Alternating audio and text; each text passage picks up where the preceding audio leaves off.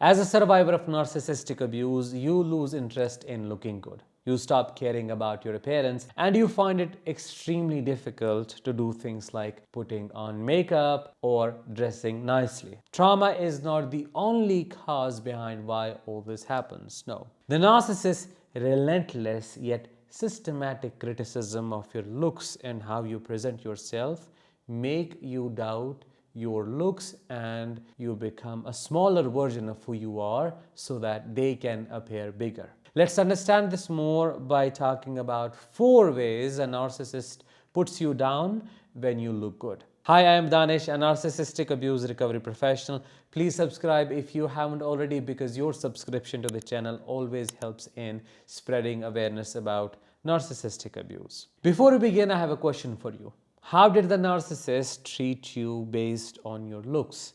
How did they comment on your looks? Was there criticism involved? And how did that impact you? Drop your experiences in the comments below and help other survivors like you to feel less alone in their healing journey. Let's get started with number 1. They criticize your sense of fashion and color selection. A narcissist's need to believe they are better manifests itself in many ways, one of which is the constant criticism of your fashion sense. They ridicule your choice of attire or color selection, creating a narrative where your style is always lacking something in some way. Basically, it is all a projection in disguise. Their comments may range from direct criticisms, such as calling your outfit tacky or outdated, to more subtle jibes like questioning your color coordination or fabric choices. They will compare your style unfavorably to others, making you feel as though you're always falling short in some fashion aspect. In reality, these criticisms aren't just about your clothes or looks. They're a tool to put you down and inflate their own knowledge and understanding of fashion and style. By positioning themselves as the style expert, the narcissist plants seeds of doubt in your head to make you second guess your fashion choices, become overly conscious of what you wear around them, and slowly lose confidence in your ability to dress yourself. Number 2, they belittle or destroy your makeup. Whether you are trying a new look or just applying your everyday makeup, a narcissist finds ways to pass derogatory comments about your appearance or right away destroy it. These remarks range from direct insults to subtler, more insidious comments. They might critique the colors you have chosen, suggest that your makeup application is too heavy or too light, or imply that your look is inappropriate for the occasion. Their comments can be so pointed and persistent that you may start to second guess your choices and abilities. This form of belittlement can escalate to a degree where you might avoid wearing makeup altogether to evade their criticism. You begin to feel self-conscious and uncomfortable in your own skin, especially when wearing makeup. They might even wipe it off your face out of jealousy and envy. Don't believe me? Let's watch this clip together.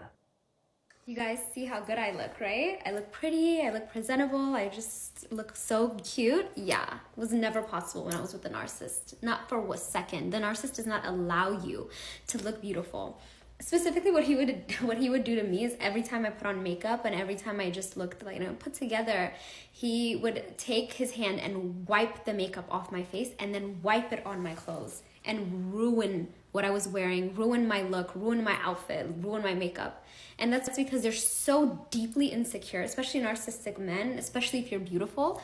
Like I told you guys before, they want to humble beautiful women. They don't want you to think that you're all that. They're going to destroy your confidence. So he was out to get me. Anytime I looked good, it was the worst thing ever. He would ignore me. He would treat me horrible. He would tell me that I was being so promiscuous and trying to get people's attention. It was a mess. And mind you, I was so in love with him, I didn't even notice these signs. This is beyond unacceptable. This is exactly what I've been trying to explain so far. They can cross any limit to remain the center of attention. The narcissist's aim in doing all this is to make strategic moves to destroy your self-worth. By consistently criticizing your appearance, the narcissist makes you believe that you cannot look good or that your efforts are futile. Number 3.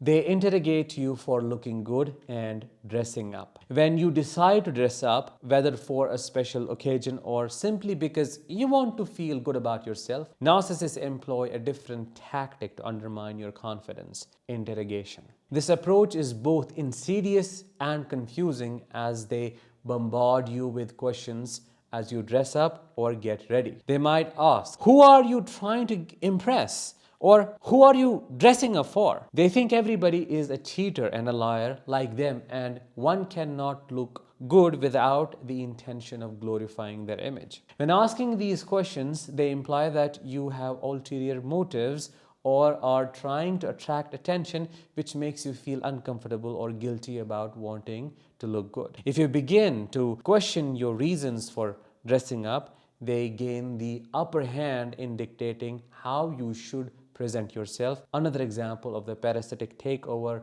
and hijacking of your personality by this asshole of a person, the narcissist. Once you stop looking good or taking care of yourself, they belittle you for your looks, weight changes, or other factors related to your physical appearance. They break your legs first and then blame you for being unable to walk. How is that justified? Number 4 and the last one.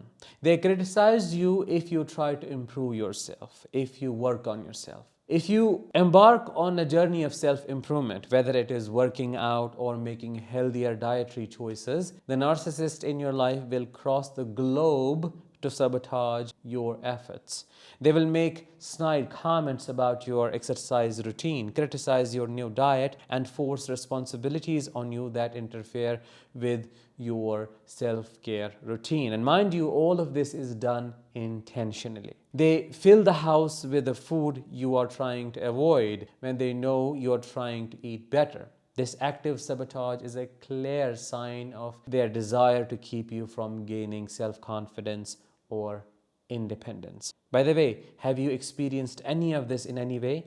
Let me know in the comments. This response from the narcissist actually stems from their cowardice. They are afraid that your self-improvement efforts will lead to increased self-confidence and independence, which could make them meaningless. Narcissists are afraid of indifference. It is their nemesis. They worry that as you become more confident and more self-reliant, you will become less dependent on them and more resistant to their manipulative tactics. Also, your self-improvement could lead to increased attention from others, which makes the narcissist feel jealous. The more positive attention you receive, the more insecure they feel about their own value. It's all about them, and they are ready to walk over your dead body if doing so means they can be seen as superior and better than everyone else. Their selfishness knows no limits whatsoever. In conclusion, a narcissist cannot and will not let you shine because that dims their light. They cannot allow you to blossom because that reminds them of their withered state. You need to recognize that every attempt they made at burying you was proof that they knew you were better than them, and that is what you have to reclaim now by releasing all that shame, guilt, and fear. Give yourself the permission to look good and take good care of yourself. With that, let's bring this episode to an end. I truly hope you enjoyed it and you found it insightful. If you did, let me know in the comments, drop a like, and share this with others. I'll talk with you in the next one. Until then, let the healing begin and continue.